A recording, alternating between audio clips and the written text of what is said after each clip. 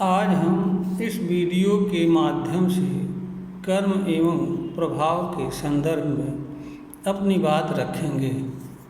मानव द्वारा जो कुछ भी किया जाता है वह उसका कर्म कहलाता है। सोना, जागना, उठना, बैठना, सोचना, विचारना, घूमना, टहलना, खाना, पीना, पढ़ना, लिखना आदि सभी मानव के कर्म होते हैं।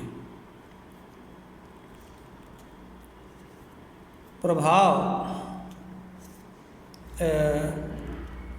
का तात्पर्य उस चीज़ से होता है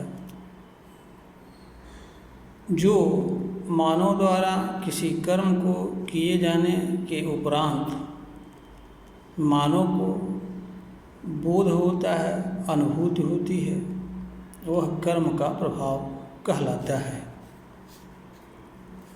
मानव जब भी कोई कर्म करता है तो वह अपना प्रभाव छोड़ता है। उस प्रभाव की बोध व अनुभूति मानव को होती है। कर्म के प्रभाव से होने वाली बोध व अनुभूति ही कर्म का प्रभाव कहलाती है, मानव के कर्म का प्रभाव कहलाती है। मानव के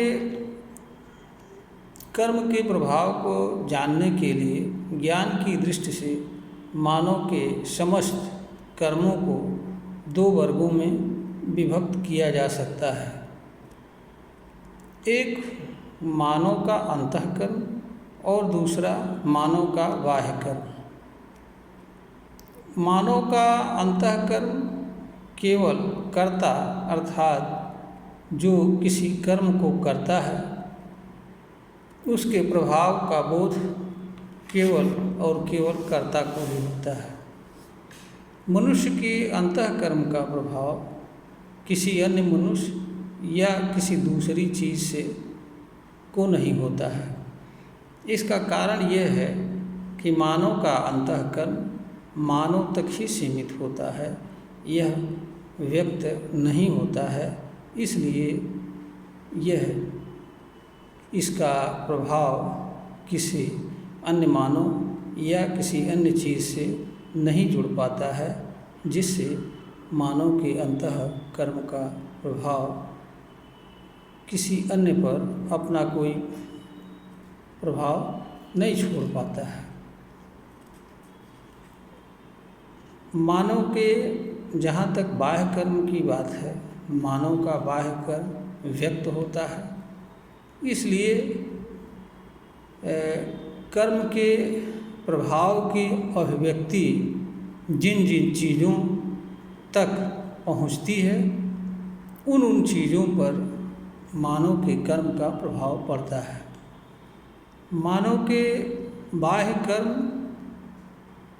की सूचना या संज्ञान जिन जिन मानव समुदाय तक पहुँचती है उन पर मानव के बाह्य कर्म का प्रभाव पड़ता है। मानव के बाह्य कर्म का प्रभाव कर्ता अर्थात जो व्यक्ति कर्म को करता है उस पर तथा अकर्ता अर्थात जो व्यक्ति कर्म को नहीं करता है उस पर भी पड़ता है। इसलिए मानव को कर्म के प्रभाव से बचाव के लिए दो रूपों में ध्यान देने की आवश्यकता होती है, एक अंतःकर्म से और दूसरा बाह्य कर्म से। मानव का जहाँ तक बाह्य कर्म की बात है वह अंतःकर्म की अभिव्यक्ति मात्र होता है। मानव जो भी बाह्य कर्म करता है वह किसी न किसी अंतःकर्म का मूर्त रूप होता है। वह मानव की इच्छा होती है, मानव की कामना होती है, मानव का उद्देश्य होता है या मानव की आवश्यकता होती है। किसी न किसी अंतःकर्म के कारण ही बाह्य कर्म होता है। कर्म का प्रभाव कर्म के साथ साथ चलता है और कर्म के खत्म होने के बाद भी यह मानव के अस्तित्व में विचार व भाव के रूप में विद्यमान रहता है। इसका कारण ये है कि मनुष्य का कर्म जिस जिस रूप में मनुष्य पर प्रभाव डालता है उस तरह के विचार एवं भाव मनुष्य के भीतर बनते हैं और मनुष्य के द्वारा स्वतः स्वीकार कर लिए जाते हैं। मनुष्य के पास कर्म के प्रभाव से बचने का कोई साधन नहीं होता है। इसका कारण यह होता है कि कर्म का प्रभाव कर्म के साथ साथ चलता है। इसलिए मनुष्य जब तक कर्म को नहीं बंद करता है तब तक कर्म का प्रभाव बंद नहीं होता है और न उसके समापन की प्रक्रिया प्रारंभ होती है। मानव के कर्म का प्रभाव मनुष्य के कर्म के फल से सर्वथा भिन्न होता है। दोनों अलग अलग चीज़ें होती हैं। मानव का कर्मफल के ऊपर कोई नियंत्रण नहीं होता है। वह मिल भी सकता है, नहीं भी मिल सकता है, किंतु मानव का कर्म के प्रभाव के ऊपर नियंत्रण रहता है।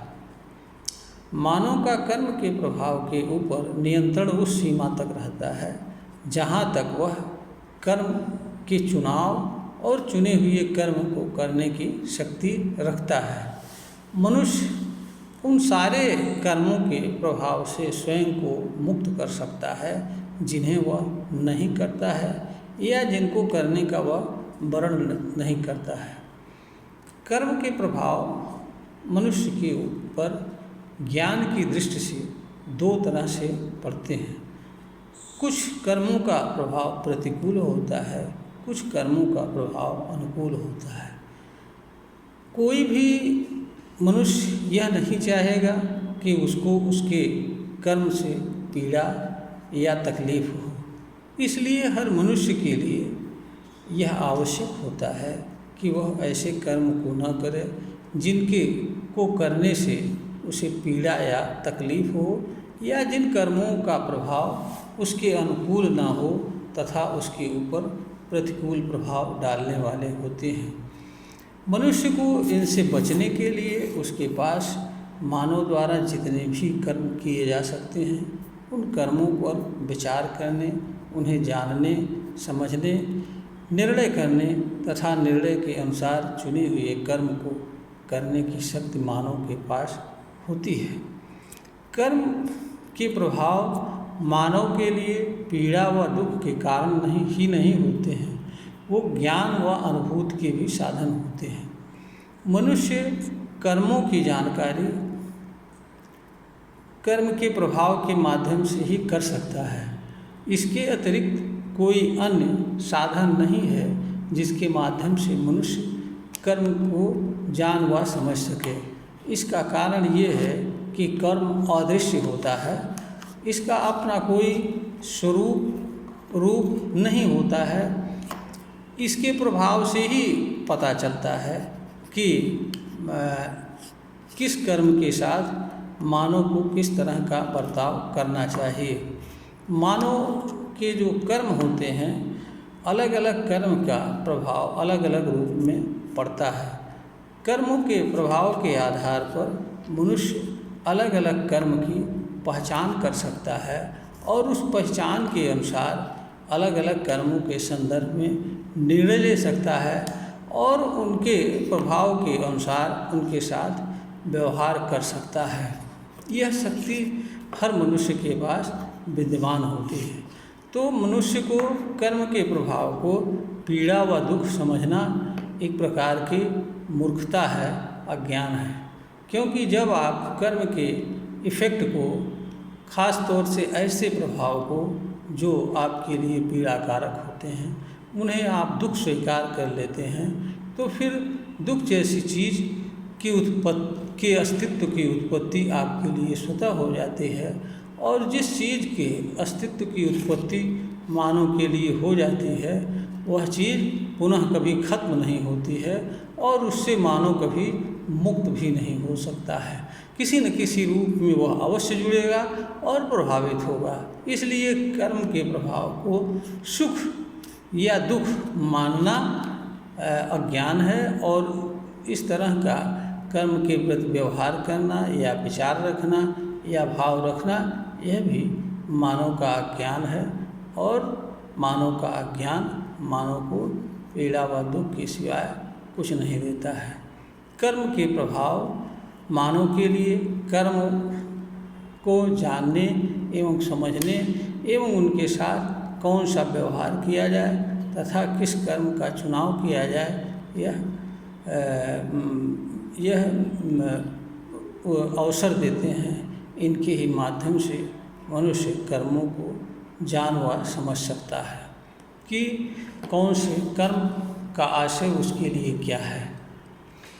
एक बार जब मनुष्य किसी कर्म के आशय को जान व समझ जाता है, फिर उस कर्म के साथ मनुष्य के लिए व्यवहार करना या उस कर्म को करना या न करना मनुष्य के लिए इस तरह की बातों पर निर्णय लेना सरल हो जाता है, और मनुष्य सरलता से ऐसी बातों पर निर्णय ले सकता है और मनुष्य ऐसे कर्म का चुनाव करता हुआ जीवन जी सकता है जो उसके लिए पीड़ा व दुख का कारण न बनने वाले हों तथा जिनके माध्यम से मानव सुखद जीवन जीता हुआ जीवन जी सके।